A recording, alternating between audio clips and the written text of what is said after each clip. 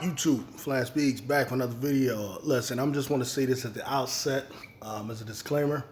I do not necessarily take the opinions of these guys that seriously. I don't take them to heart. I lose no sleep over this stuff at all. But I enjoy sports. It's a part-time hobby. It's something that entertains me in between serious stuff like work and worship and so on, right? So it's the way I spend my time. So a little bit, listen to some of these guys. But here, as you know, on my channel, I oftentimes will refute many of these guys when they say outlandish things, especially if those things are against, unfairly, the Philadelphia 76ers, in particular, usually the Philadelphia Eagles right now. And this time, man, the reverse happened. Predictably, most of the pundits are kind of down on the Eagles. Understandably, when we look at that game against the San Francisco 49ers, and some of the criticism I absolutely accept. Other criticism is ridiculous. Like the criticism against Jalen Hurts, I think, is absolutely unwarranted and ridiculous. Whereas the criticism of the Eagles defense is 100% correct, on point. I am actually more upset at the Eagles defense and more critical of the Eagles defense than any of them. I would contend all of them combined, right? Because I watch this stuff. I've invested. I want to see them win. Whereas the criticism of Jalen Hurts, I think, is just unwarranted, especially this idea of comparing it to Dak Prescott and then saying Dak Prescott is playing better or other guys like Purdy are playing better. I'm just trying to spread a simple message, a simple idea that I think is common sense, which is quarterbacks typically play better against bad defenses than they do against great ones. Jalen Hurts went up against a string of great defenses, whereas guys like Dak Prescott and even Brock Purdy went up against lately a string of bad defenses. Okay, and people act like I'm just losing my mind when I say that, and I don't. I'm like lost at everyone else. I'm wondering where is all you guys' logic. But anyway, I'm gonna listen to what Colin Cowherd said, and big up to him, man.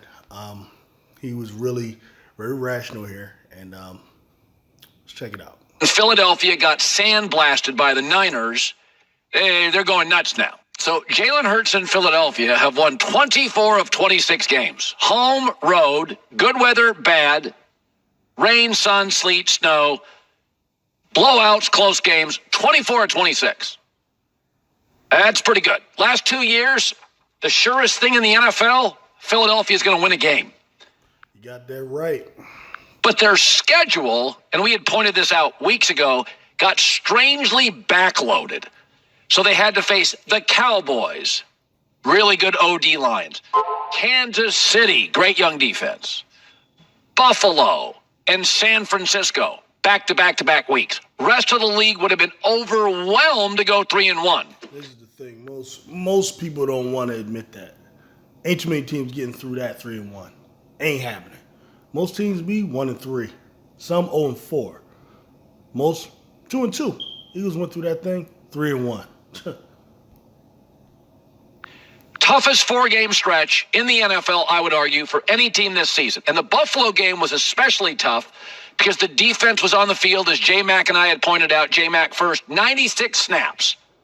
And then here came the well-rested 49ers who played Thanksgiving weekend, right? So they get extra rest. And this was our bet of the week. We're like, we think Philadelphia is good. J-Mac's like, blowout. I'm like, take San Francisco. This is our bet of the week. It all lined up.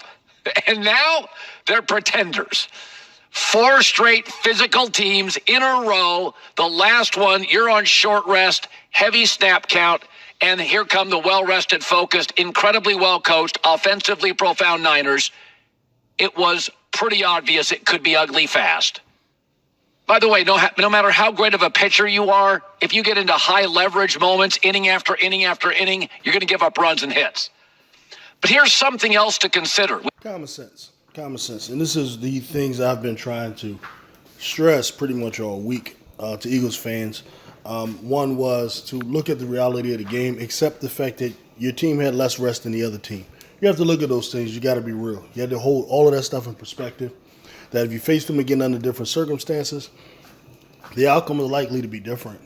The Real criticism, though, the valid criticism, is of the Eagles' defense. We've seen this before. What happened to Philadelphia has been happening for the last several years. Go back to 2020. Tom Brady's Buccaneers got hammered by the Saints twice in the regular season. Ended up Super Bowl champs. The Rams got beat twice by the 49ers. Looked outclassed. Ended up beating the 49ers and winning the Super Bowl. Kansas City last year got beat by Cincinnati and Buffalo, their primary rivals. Ended up winning the Super Bowl. Philadelphia got beat by their primary rival, like Brady did twice in 1 year by the Saints, like the Rams did McVay Stafford twice in 1 year by the Niners, and like Kansas City did last year with their two primary rivals, Cincinnati and Buffalo. Philadelphia is fine. They're the number one seed in the NFC. Facts, Colin. And this is the thing, man. Most people aren't level-headed, rational, looking at circumstances and considering all things. Most people are just fanboys. Go out there and just say, hey, no excuses, whatever. Your team is just better than this team. 42 points better and all of that. Let's keep it real, man. The situation was reversed. And the San Francisco 49ers had just went through an overtime thriller, okay, with a team. And then faced the Philadelphia Eagles, who fresh off of 10 days rest. I doubt it would be the same outcome, But a lot of you unathletic jokers who don't know anything about, fatigue and rest and having to get massages and just having to stretch and just having to go through the motions, then have to practice and have to deal with regular life. Like most of y'all have no concept of that. So, you just like to sit there behind your keyboard, type your little stuff and talk your crap. What surprises me, though, is that a lot of the pundits were former players who know the reality, but I guess for whatever reason, they either become stupid after they retired or they are hamstrung somehow. Maybe producers are telling them that they can't bring those facts up. I don't know. But I'm surprised at the lack of rationale that is utilized in these people's analysis. They have absolutely nothing to worry about. This idea, recency bias, standalone big games that Philadelphia is no good is insane. The last 2 years in the league. Facts. Big up to you, Colin. Big up to you, bro. The surest thing, the most consistent thing, isn't that Mahomes would be great. He had bad weekends. It was that Philadelphia would win a football game. But even the greatest pitchers in high leverage moments, inning after inning, eventually snap. Philadelphia is going to be just fine. And maybe I alone, like them to beat the Cowboys this weekend. Won't be easy. It's another high leverage spot. Facts. I agree with you, Colin Cowherd. Cowboys ain't ready for what's coming at them. Now, the Eagles absolutely have to make some adjustments on defense, but I think whatever the case, we have a quarterback that'll overcome that stuff, man, and an offense that'll overcome it. So, in Dallas, you don't have to worry about being outcoached by stupid McCarthy, right? And Dan Quinn is a guy that Dan Quinn is a good defensive coordinator, but he has some very athletic but stupid players. The smartest player on Dallas is probably Gilmore.